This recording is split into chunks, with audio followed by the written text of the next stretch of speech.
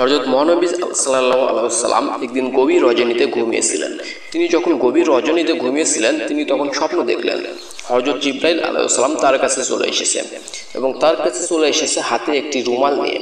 তখন হযরত মহানবী সাল্লাল্লাহু আলাইহি ওয়াসাল্লাম জিবরাইল আলাইহিস সালামকে জিজ্ঞেস করলেন, তোমার হাতে এটা কি? তখন জিবরাইল আলাইহিস সালাম বললেন, আপনি এটা সরিয়ে দেখুন। তখন হযরত মহানবী সাল্লাল্লাহু আলাইহি ওয়াসাল্লাম এই রুমালটি তার হাত থেকে সরালেন। যখন তার রুমালটি তার হাত থেকে সরাইল তখন সে দেখতে পেল তার হাতে একটি আয়না রয়েছে, আয়নার ভিতরে একটি চেহারা দেখা যাচ্ছে। তখন হযরত মহানবী সাল্লাল্লাহু আলাইহি ওয়াসাল্লাম সেই চেহারাটিকে ভালোভাবে লক্ষ্য করার পর দেখতে পেল এটি আর কেউ না, এটি সেই ছোট্ট বালিকা আয়েশা রাদিয়াল্লাহু আনহার ছবি। তিনি এই ছবিটি দেখে চিনতে ভুল করলেন না, কারণ এটি হলো সেই আবু বকর রাদিয়াল্লাহু আনহুর ছোট মেয়ে। তখন হযরত জিবরাইল আলাইহিস সালামকে জিজ্ঞেস করল, আচ্ছা এই ছবিটি আমাকে কেন দেখানো হচ্ছে? তখন জিবরাইল আলাইহিস সালাম বললেন, এটি হবে সেই সৌভাগ্যবান নারী যেটি আপনার এখন এবং পরের জীবনের স্ত্রী হবে। এটা বলার পর হযরত জিবরাইল আলাইহিস সালাম সেখান থেকে অদৃশ্য হয়ে গেল। তখনই হযরত মহানবী সাল্লাল্লাহু আলাইহি সাল্লামের ঘুম ভেঙে গেল।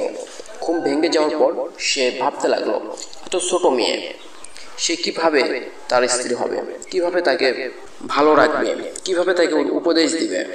কিছুদিন আগেও এই আয়েশা রাদিয়াল্লাহু আনহাকে সে দেখেছে, সে তার ছোট বান্ধবীদের সাথে পুতুল খেলা খেলতেছে।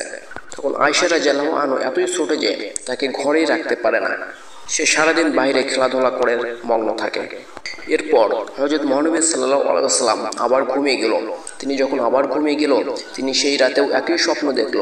সেই রাতেও হযরত জিবরাইল আলাইহিস সালাম তার কাছে নেমে আসলো এবং নেমে আসার পর হাতে রুমাল নিয়ে চলে আসলো। এরপর ওই ছবি, রুমালটি সরানোর পর ওই ছবি দেখতে পেল। তখন জিবরাইল আলাইহিস সালাম বলল, এটি হলো আপনার সেই উত্তম স্ত্রী যে আপনার পরজীবনে এবং এখনকার আপনার জীবন সঙ্গিনী হবে, আপনাকে ভালোবাসা দিয়ে ভরিয়ে দিবে, আপনার দুঃখ কষ্টের সাথী হবে। তখনই হযরত মহানবী সাল্লাল্লাহু আলাইহি ওয়াসাল্লামের আবার ঘুম ভেঙে গেল। তিনি ভাবতে লাগলো, এত ছোট মেয়ে কিভাবে আমাকে ভালোবাসা দিয়ে ভরিয়ে দিবে, আমার কিভাবে দুঃখ কষ্টের সাথী হবে। একইভাবে এই 3 রাত এই একই স্বপ্ন বারবার দেখলো। তখন হযরত মহানবী সাল্লাল্লাহু আলাইহি ওয়াসাল্লামের বোঝা বাকি থাকলো না।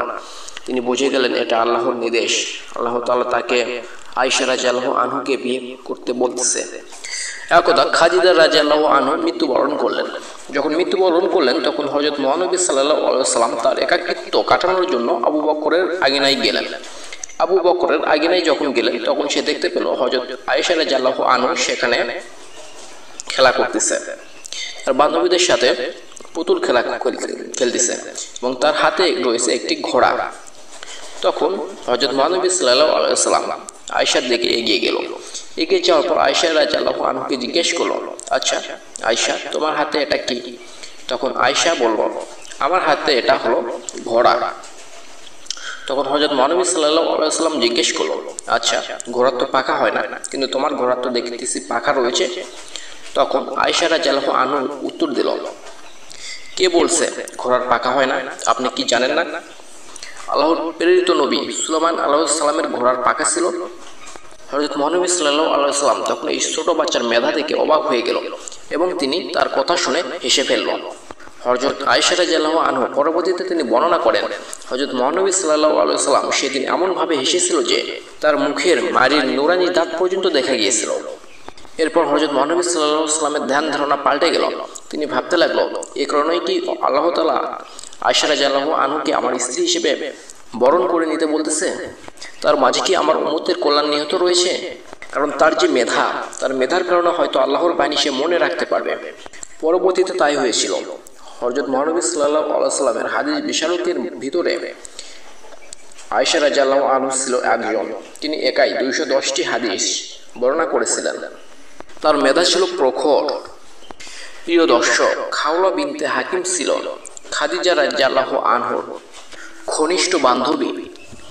খাদিজা রাদিয়াল্লাহু আনহা মৃত্যুবরণ করার পর তিনি হযরত মহানবী সাল্লাল্লাহু আলাইহি ওয়াসাল্লামের পক্ষ থেকে সাউদা বিনতে জামান নিকট তার বিয়ের প্রস্তাব নিয়ে গিয়েছিল। এরপর হযরত মহানবী সাল্লাল্লাহু আলাইহি ওয়াসাল্লামের সাথে সাউদা বিনতে জামাতের বিয়ে হয়েছিল। এই কারণে হযরত মহানবী সাল্লাল্লাহু আলাইহি ওয়াসাল্লামের এক বিয়েতে যেহেতু অবদান রেখেছিল, তাই হযরত মহানবী সাল্লাল্লাহু আলাইহি ওয়াসাল্লাম একদিন খাওলা বিনতে হাকিমের বাড়িতে গেলেন। বাড়িতে যাওয়ার পর হযরত মহানবী সাল্লাল্লাহু আলাইহি ওয়াসাল্লামের সমস্ত স্বপ্নের কথা বিস্তারিতভাবে খুলে বললেন। যখন সমস্ত স্বপ্নের কথা বিস্তারিতভাবে খুলে বললেন, তখন খাওলা বিনতে হাকিম অত্যন্ত খুশি হলেন। খুশি হওয়ার পরে হযরত মহানবী সাল্লাল্লাহু আলাইহি ওয়াসাল্লামের পক্ষ থেকে আবু বকর রাদিয়াল্লাহু আনহুর বাড়িতে বিয়ের খবর নিয়ে গেলেন। কিন্তু সেদিন উমর রাদিয়াল্লাহু আনহুকে তার বাড়িতে কোথাও খুঁজে পেল না। যখন উমর রাদিয়াল্লাহু আনহুকে কোথাও বাড়িতে খুঁজে পেল না, তখন তার স্ত্রী উম্মে রোমানের নিকট গমন করলেন এবং রোমানের নিকট গমন করার পর খাওলা বিনতে হাকিম হযরত মহানবী সাল্লাল্লাহু আলাইহি ওয়াসাল্লামের বিয়ের কথা সমস্ত কিছু খুলে বললেন। যখন সমস্ত কিছু খুলে বললেন, তখন রোমান খুশিতে আত্মহারা হয়ে গেল। এরপর খাওলা বিনতে হাকিম যখনই সেখান থেকে বের হবে, ওই অবস্থায় সেখানে হযরত আবু বকর রাদিয়াল্লাহু আনহু চলে আসলেন। যখন হযরত আবু বকর রাদিয়াল্লাহু আনহু চলে আসলেন, তখন খাওলা বিনতে হাকিম হযরত আবু বকর রাদিয়াল্লাহু আনহুর দিকে চলে গেলেন এবং সেখানে চলে যাওয়ার পর হযরত আবু বকর রাদিয়াল্লাহু আনহুকে বললেন, ভালো করে লক্ষ্য করে শুনুন, হযরত মহানবী সাল্লাল্লাহু আলাইহি ওয়াসাল্লাম আয়েশাকে বিয়ে করার জন্য প্রস্তাব পাঠিয়েছে। এরপর হযরত আবু বকর রাদিয়াল্লাহু আনহু খুশিতে আত্মহারা হয়ে গেল, কারণ তিনি চেয়েছিল হযরত মহানবী সাল্লাল্লাহু আলাইহি ওয়াসাল্লামের সাথে তাদের যেন আত্মীয়র সম্পর্ক তৈরি হয়। এখন যেহেতু হযরত মহানবী সাল্লাল্লাহু আলাইহি ওয়াসাল্লাম নিজে থেকেই সংবাদটি পাঠিয়েছে, তাই সে অনেক খুশি হয়ে গেল এবং তিনি ভাবতে লাগলো, এটা নিশ্চয়ই আল্লাহ থেকে প্রস্তাব। কারণ হযরত আবু বকর রাদিয়াল্লাহু আনহু এর আগেও সিজদায় পড়ে অনেকবার চেয়েছিল হযরত মহানবী সাল্লাল্লাহু আলাইহি ওয়াসাল্লামের সাথে আত্মীয়র সম্পর্ক তৈরি করার জন্য। এরপর তিনি আল্লাহর নিকট সিজদায় পড়ে গেলেন এবং 2 রাকাত নামাজ পড়ে নিলেন। তারপর সিজদা থেকে ওঠার পরে চিন্তিত হয়ে পড়ল এবং খাওলা বিনতে হাকিমের নিকট বলল, হযরত মহানবী সাল্লাল্লাহু আলাইহি ওয়াসাল্লাম তো আমার ভাই, এই বিয়ে কিভাবে হতে পারে? আর আয়েশা রাদিয়াল্লাহু আনহা সে তো তার ভাতিজি। খাওলা বিনতে হাকিম আবু বকর রাদিয়াল্লাহু আনহুর পক্ষ থেকে এই কথা শোনার পর হযরত মহানবী সাল্লাল্লাহু আলাইহি ওয়াসাল্লামের কাছে গেল এর সমাধান নিয়ে আসার জন্য। হযরত মহানবী সাল্লাল্লাহু আলাইহি ওয়াসাল্লামের কাছে যাওয়ার পর খাওলা বিনতে হাকিম যখন হযরত মহানবী সাল্লাল্লাহু আলাইহি ওয়াসাল্লামকে বলল, আবু বকর তো আপনার ভাই, তাহলে এই বিয়ে কেমনে হতে পারে? তখন হযরত মহানবী সাল্লাল্লাহু আলাইহি ওয়াসাল্লাম মুস্কি হেসে বলল, সে তো আমার রক্তের সম্পর্কের ভাই না, সে তো আমার ধর্মীয় ভাই, তাই এখানে সম্পর্ক নিয়ে কোনো সমস্যা নেই। তখন খাওলা বিনতে হাকিম অত্যন্ত খুশি হলো। খুশি হয়ে তারপর এই খুশির সংবাদ নিয়ে চলে গেল হযরত আবু বকর রাদিয়াল্লাহু আনহুর বাড়িতে। এরপর হযরত আবু বকর রাদিয়াল্লাহু আনহুকে যখন এই সংবাদটি দিয়ে দিল, তখন হযরত আবু বকর রাদিয়াল্লাহু আনহু অত্যন্ত খুশি হলো। অত্যন্ত খুশি হওয়ার পরে, প্রিয় দর্শক, এই বিয়ে নিয়ে কাফেররা অনেক ষড়যন্ত্র করেছিল। এই ষড়যন্ত্রের মাঝখানে কিভাবে বিয়েটি হয়েছিল এ সম্পর্কে আমরা পরবর্তী ভিডিওতে জানব। এই সম্পর্কে আমরা পার্ট 2-তে জানব। পার্ট 2 পাওয়ার জন্য আমাদের চ্যানেলটি সাবস্ক্রাইব করে আমাদের পাশেই থাকবেন। পার্ট 2 দেওয়ার সাথে সাথে তাহলে আপনার কাছে চলে যাবে। আজ এ পর্যন্তই। ভালো থাকবেন, সুস্থ থাকবেন। আল্লাহ হাফেজ।